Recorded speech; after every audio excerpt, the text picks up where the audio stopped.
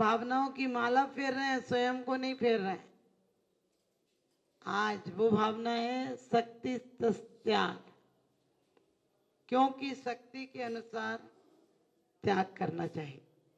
दिन दिन बढ़ती नई उलझने सुलझ नहीं पाती हैं, दिन दिन बढ़ती नई उलझने सुलझ नहीं पाती हैं, हल होती हैं एक अगर तो चार नई आती हैं। देखो दुनिया भटक रही है उलझन को सुलझाने में, मिले त्याग से सही शांति जिनवाणी बतलाती। कि वास्तव में त्याग का मतलब यदि बादल पानी का त्याग नहीं करता तो काला मुंह हो जाता है। आप खाओ और जाओ नहीं तो क्या हालत हो जाएगी। सोच कर देखना, कुएं में पानी आता हो निकले नहीं तो गंदा हो जाएगा। इसी प्रकार से जीवन में हम संग्रह तो करें लेकिन विसर्जन नहीं करें तो दुर्भावना हो जाएगी। अतिक्रमण क्या करता है?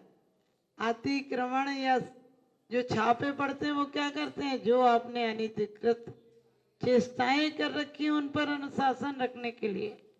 इसी प्रकार से कहा है कुंद कुंद स्वामी ने कि 4 प्रकार के पात्रों को दान देना। 4 प्रकार कौन है? उत्तम, मध्यम, जघन और मुनि, आरिका, श्रावक और श्राविका। क्यों देना? मात्र देने से धर्म नहीं हो रहा है। आपको देने मात्र से धर्म होता तो बहुत बड़ी बात थी। यदि मात्र नग्नता से धर्म होता तो सारे नारकी मोक्ष चले जाते, सारे त्रियंच मोक्ष चले जाते और हमारे आचार्य बाहर परिग्रह को ज्यादा बताते, अंतर परिग्रह को कम बताते, लेकिन उल्टा हुआ है। बाहर के परिग्रह 10 हैं और अंदर के परिग्रह 14 हैं। बाहर के परिग्रह छूट जाते हैं, किसी से भी छुड़ा लिए जाते हैं, लेकिन अंदर की आसक्ति कम हो तब सुख शांति आती है। आपसे डकैत भी पैसा छीन लेता है और आप कहीं दान भी कर जाते हो, क्योंकि दान कर जाते हो तो आनंद होता है और छीन लेता है तो दुख होता है।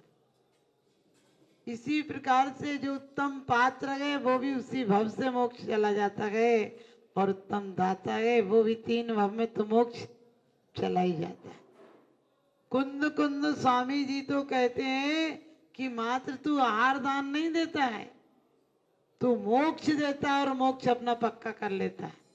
कितनी बड़ी बात कही है।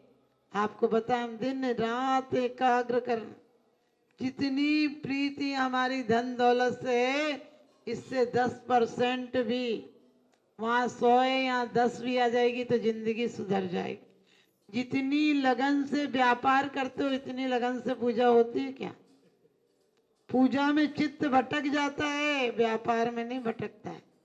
यदि कोई ग्राहक आकर बैठ जाए फिर आपको क्या लगता है, इसको क्या दिखा दूं और इसे परमानेंट ग्राहक बना लो। लेकिन मंदिर में कभी सोचा कि परमानेंट ग्राहक बन जाऊं इनका?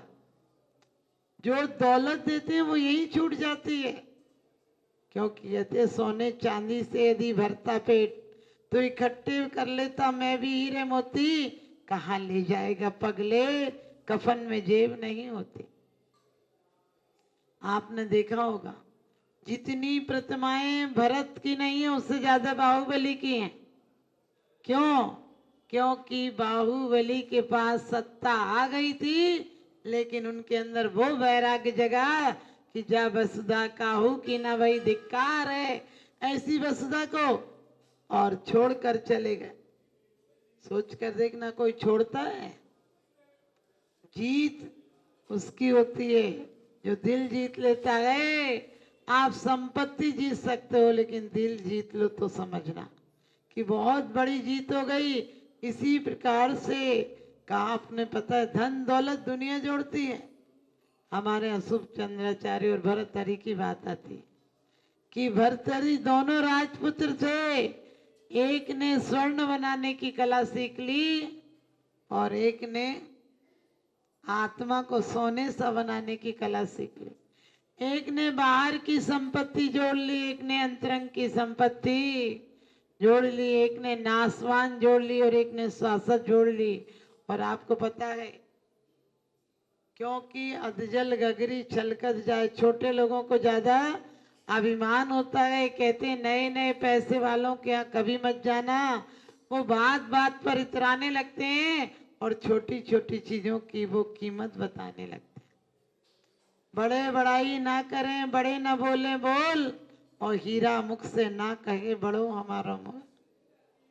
इसी प्रकार से आप देखना, जो गंभीर घर की बेटियां होंगी, सभ्य सुशील घर की बेटियां होंगी, वो अपने घर को बिखरने नहीं देंगी, और जो ऐसे वैसे घरों की आएंगी वो घर को बंधने नहीं देंगी। क्योंकि वो बात बात में कहती हैं कि मेरा पति कमा रहा है। हमने कि पति को तू ही लाई थी कि पति तुझे लाया था?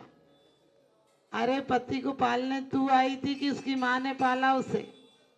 कभी विचार करके देखना कि वास्तव में भगवान को भी माँ जन्म देती है, तुम्हें जीवन दुनिया में लाती है, अपने जीवन को दांव पर लगाती है, कई कष्टों से तुम्हें संसार में लाती है।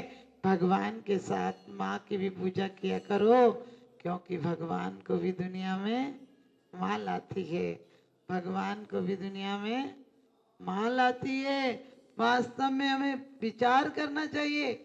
भगवान तीर्थंकर प्रकृति बांधी है उन्होंने, लेकिन अभी हम तीर्थंकर कहते नहीं 13वें गुण स्थान पर, क्योंकि जब वो निर्लिप्त हो जाएंगे, ठीक है सूरज के पहले प्रकाश आ जाता है, हल्की सी लालिमा आ जाती है, लेकिन उसे हम सूरज नहीं कहते हैं, लाली ही कहते हैं।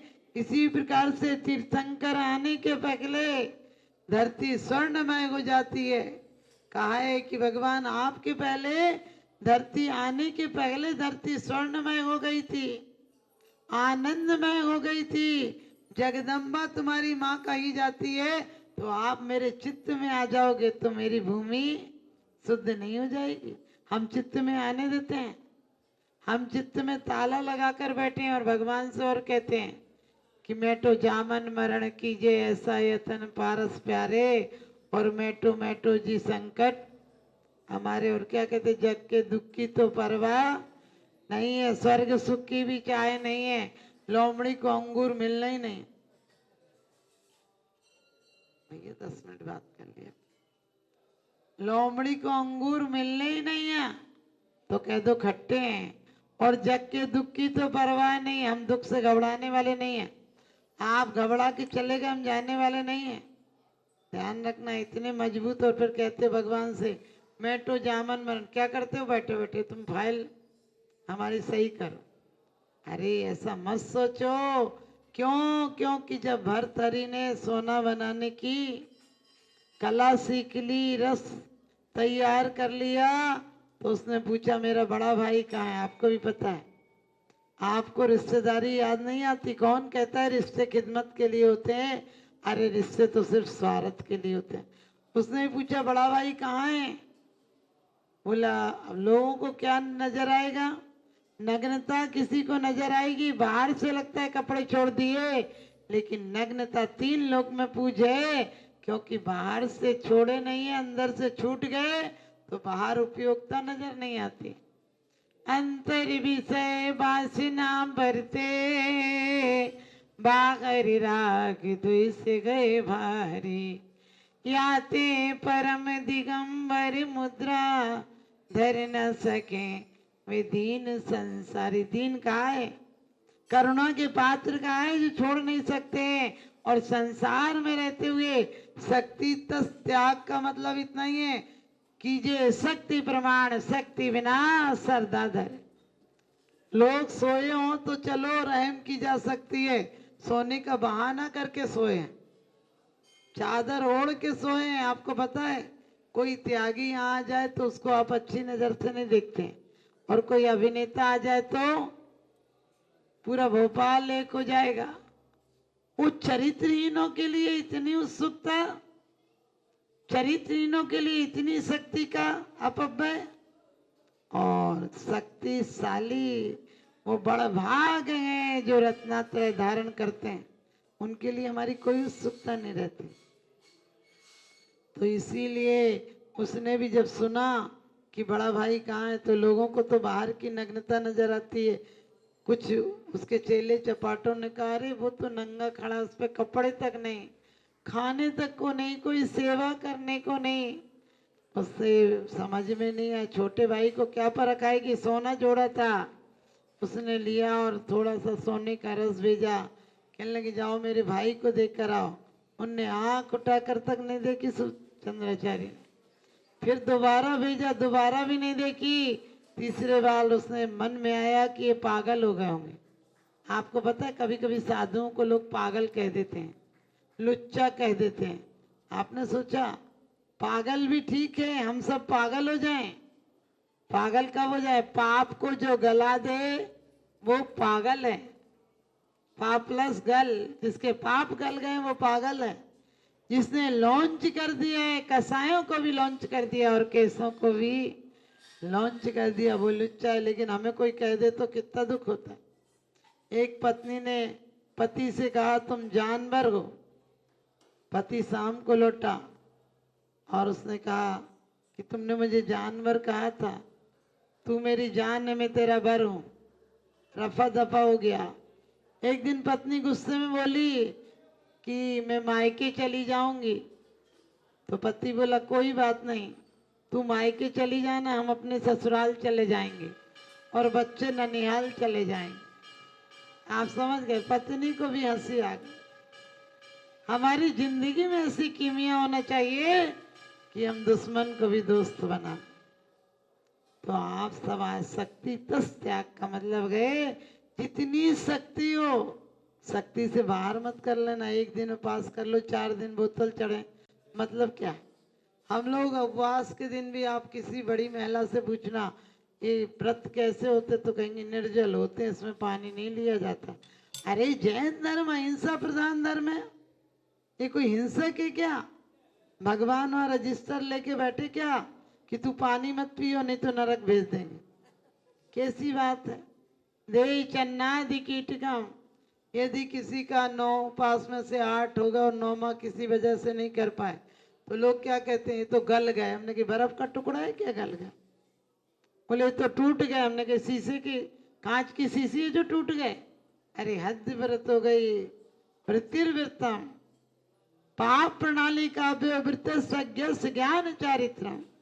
क्या कहा है? पाप प्रणालियों को रोक देना, ज्ञान और चारित्र में स्थापित कर लेना, ये व्रत है। विरत हो जाना व्रत है। हम लोग तो बात बात में तो निर्जल होते हैं, ये तो ऐसे होते हैं। आज आने वाली पीढ़ी व्रत नहीं करेगी। उनसे कहो कि बेटा यदि उपवास से नहीं बनता तो एक टाइम खाने से कर। यदि तुमने 8 पास कर ली और 9वें में कोई वजह से नहीं कर पा रहे तो कहना बेटा एक प्रायश्चित का ज्यादा कर ले। और तुम्हारी शक्ति बिगड़ गई है, दिन भर तड़पते रहोगे, न माला न जाप न सामयिक न स्वाध्याय न कथा वाचन, फिर क्या करोगे?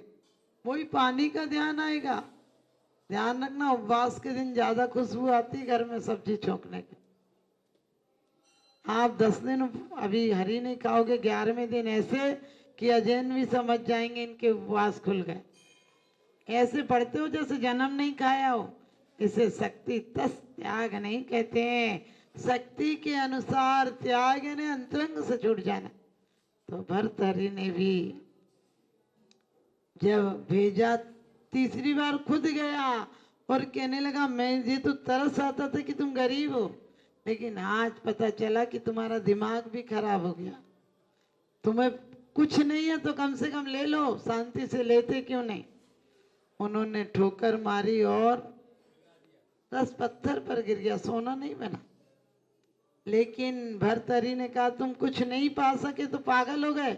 उन्होंने कहा पागल तुम हो गए, ये सोना पाना था, तुम राजघराने के बेटे थे, क्या कमी थी सोने की जो तू सोना बनाने के लिए यहाँ भी आया, सोना बनाने के लिए? अरे तू आत्मा को कुंदन बना देता जिसमें कसायों की जंग कभी नहीं लगती। और तू ये कहने लगा तेरे में शक्ति नहीं तो बातें बनाता है, तू कुछ करके दिखा तो जानो। कहते हैं लोग, कहते हैं उन्होंने जरा सी धूल उठाई और पर्वत पर डाल दी तो सोना गिर का पर्वत।